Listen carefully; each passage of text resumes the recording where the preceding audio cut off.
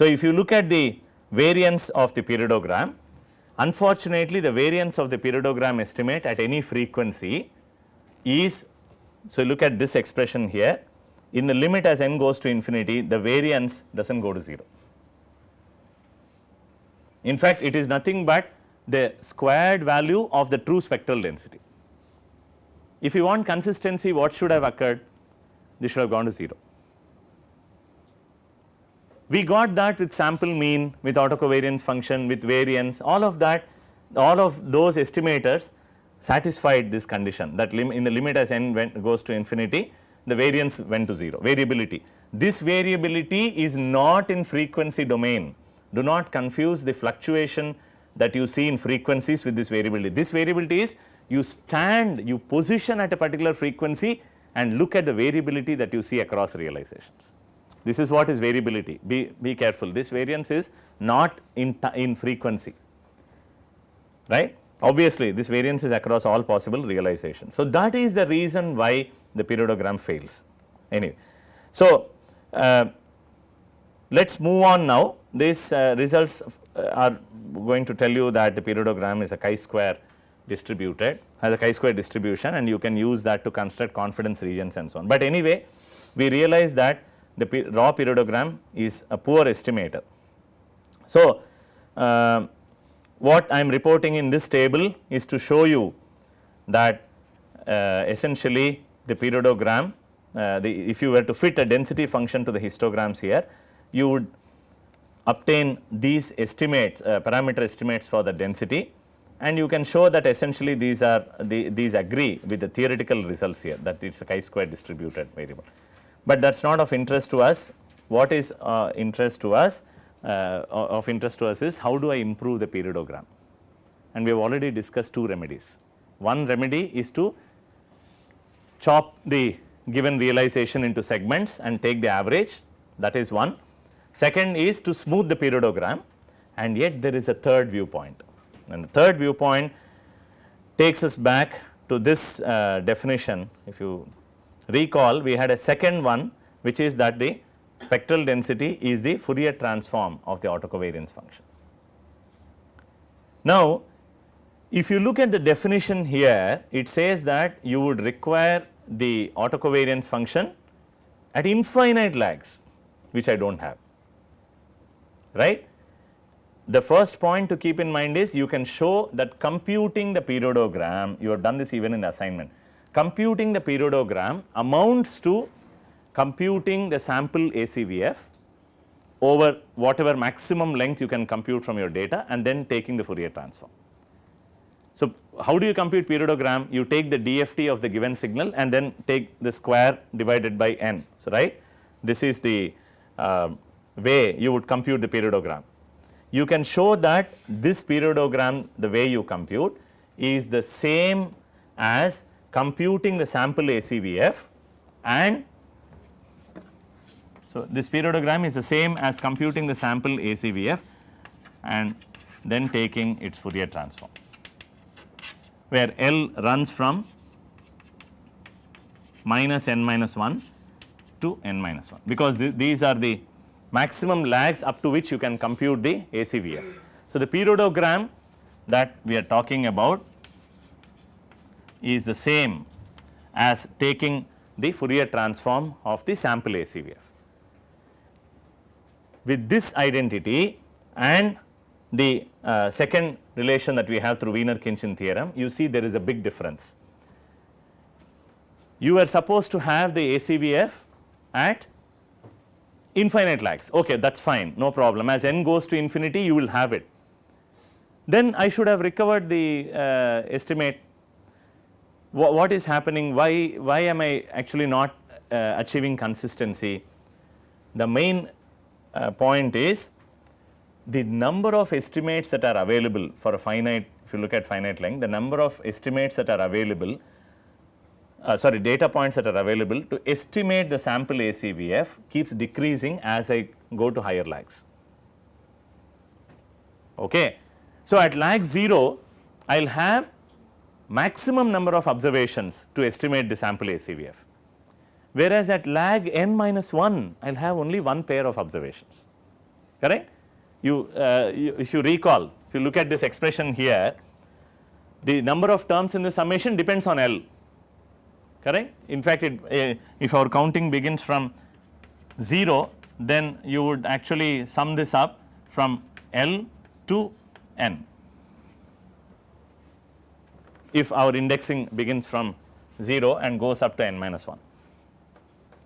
So, you can see the number of observations keeps decreasing as you move to higher lags, which means the error in the estimates of ACVF will keep changing, and that is why I said when you look at the significance bands at higher and higher lags and then you look at estimates going out of the significance bands, sometimes you have to take it with a bucket of salt, right, because there is so much error in those estimates, you do not have the same kind of averaging that is being performed in time. And this was identified as one of the reasons why the periodogram is not performing well. This perspective gives rise to what is known as Blackman-Tukey estimator. So, the segmenting method gives rise to Welch average periodogram method. The smoothing idea gives rise to what is known as smooth periodograms or Daniell smoothers, and the other perspective, the third perspective, which is that the sample ACVF that is being used, it does not matter whether you actually computed it this way or not. The moment you computed periodogram, this is what you are doing in the backdrop, okay. And what you should therefore do, what should you do to account for the changing errors? Sorry? One is take fewer, that is fewer autocovariances, and also attach a weighting, right. Although I must have taken in principle, if I have 1000 observations, I can compute up to lag 999.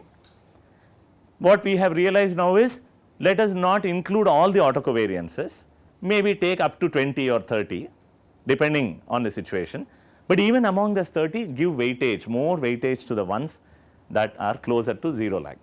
That is the idea of Blackman-Tukey estimators. That is it. If you have understood this principle, the rest of it is only math, and that math is not complicated. All you do is now apply a windowing function. So, let me just quickly take you to the math. If you are clear with the principles, then the expressions become very easy to follow. I will come back to this comparison with non-parametric and parametric methods. So, the first idea is, historically if you look at it, smoothing the spectrum. At each frequency, estimate the true density by local averaging, and that is what you are doing. So, essentially you take a band of L frequencies and then construct the local averages as follows, that is all. So, this is now the D here indicates it is a Daniell smoother in honoring the person who has proposed it. And now you can come up with all versions. So, this is your vanilla version, and now you can really add all masala to it, okay. You can add sambar powder, curry powder, whatever you want, you can add to it. This is the vanilla idea, the basic idea remains the same in all of them. Whether you want to actually give more weightage, remember I said this is simple averaging, you can now take this a bit more further and add weightage, different weightage to different frequencies, okay. Maybe 2 or 3 PhDs, all of that is done unfortunately. So, that is the idea behind this Daniell smoother, and there are recommendations for this weighting functions. So, the procedure for constructing the Daniell smoother is to subtract mean and deterrent time series. Always you should do this, you should remove the mean so that the DC component does not confound your analysis. Compute the discrete Fourier transform, compute the raw periodogram if you were to write your code, and then smooth the periodogram to obtain this. Your spectrum command does the smoothing for you, for example.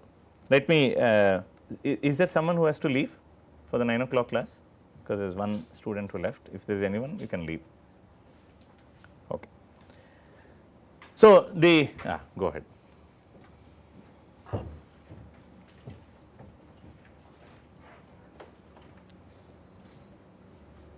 We will assume that they have 9 o'clock classes. Okay, anyway, maybe they do. I do not want to question their integrity and so on. So, the weighting, when the moment you attach weighting here, what you are doing is you are actually estimating what is known as a through a modified Daniell method. Okay. Whatever modification you do, it is called modification. So, it is modified smoother, and you can choose different weights. I am just giving you an example. Obviously, if you smooth excessively, that means if you take larger and larger bands, the worst case is take all the frequencies and come up with a single number and say that look, there is no more fluctuation because there is only one estimate. Obviously, that is a very poor approach. You have lost an entire resolution, right. So, that is the trade off that you are looking at.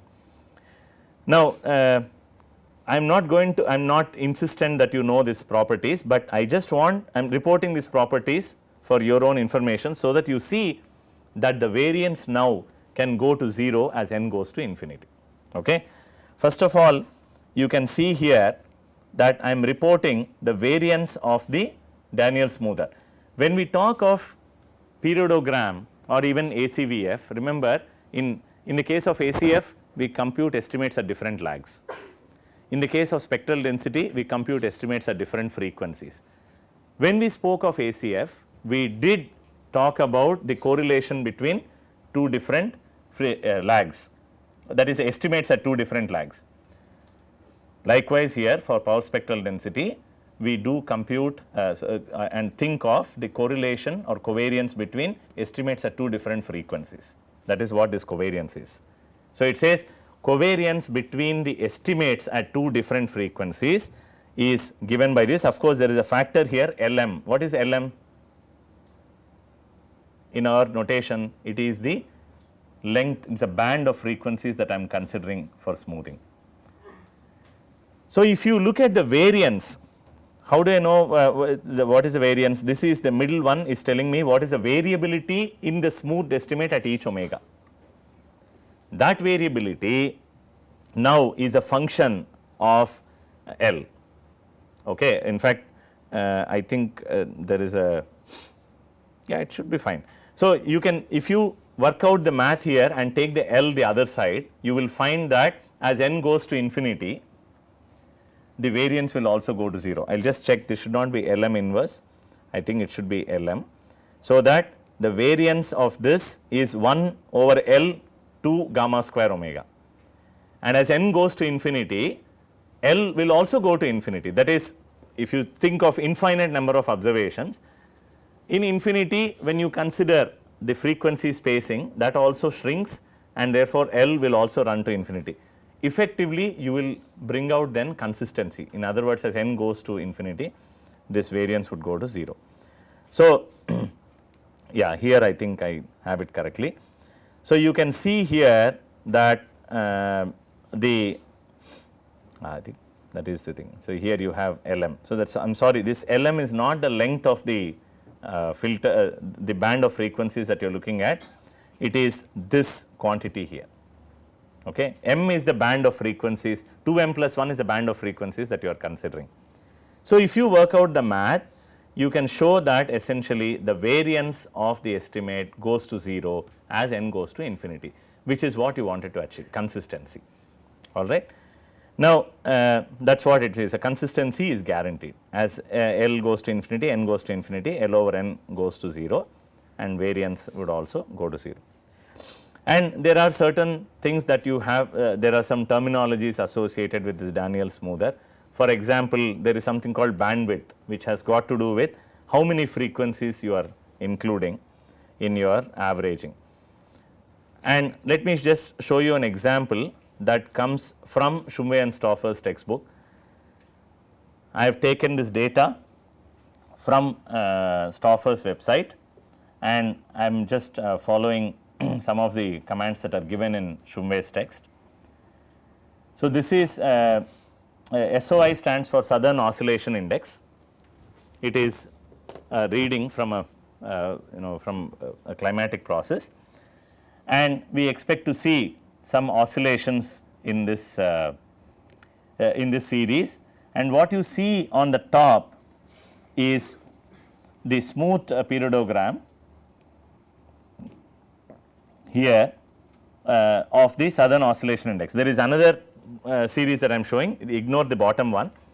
The top one is the smooth periodogram that you obtain using Daniel smoother, and the way you implement Daniel smoother is through the spec.pgram.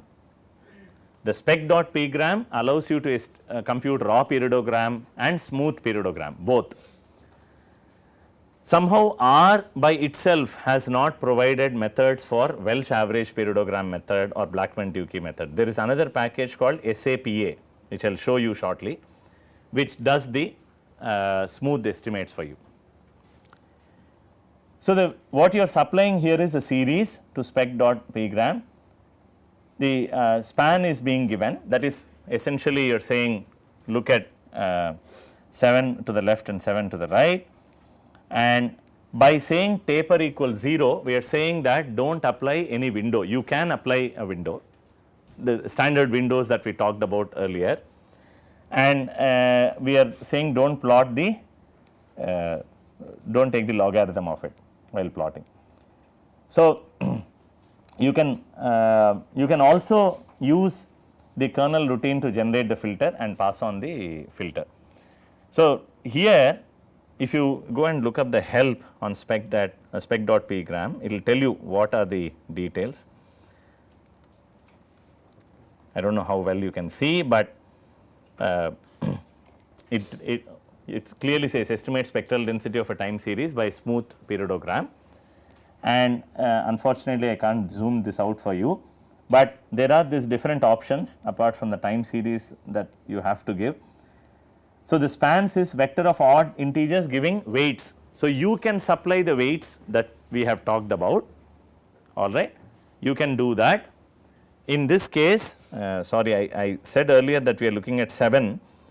So, you can say when I say span equals C 7 comma 7, what I am doing is I am just taking 2, look at the syntax here, the span has to be specified as vector of odd integers giving the widths of the modified Daniel smoother. So, we are specifying what is the width of the Daniel smoother in the span.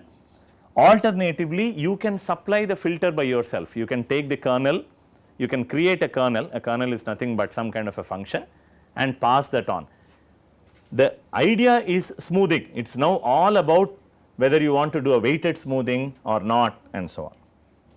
And then whether you want to apply any tapering within each to the entire data, do you want to apply tapering, that means do you want to really give less importance to the border points, to the end points of the realization, and whether you want to do any padding, well we do not want to do any padding, whether you want to remove the mean from the series and so on. So, look at the different options, but the essential options that you have to supply is the filter, you have to supply the filter, otherwise it will not know what to do unless there are some defaults here, and whether you want a plot or not. So, those are the different things that you have to look out for when you are computing the Daniel's periodogram. Likewise, you can apply the smooth periodogram to another series called recruitment series, which they describe in the textbook. As a simple homework exercise, you should go back and take the SOI and compute the raw periodogram and see the difference for yourself between the raw periodogram and the smooth periodogram.